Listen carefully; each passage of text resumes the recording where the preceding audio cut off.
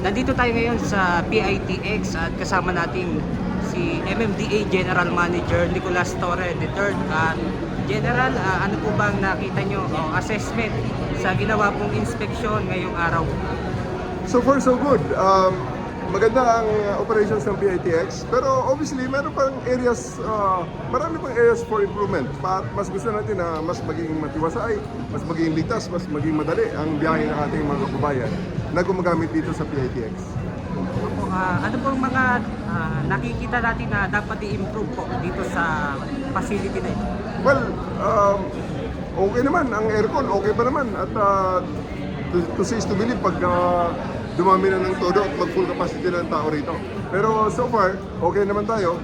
Tinitingnan na namin na ina-advise na namin na mas tutukan ng gusto ang mga stalls, ang mga unattended baggage, ang security, ang mga CCTV.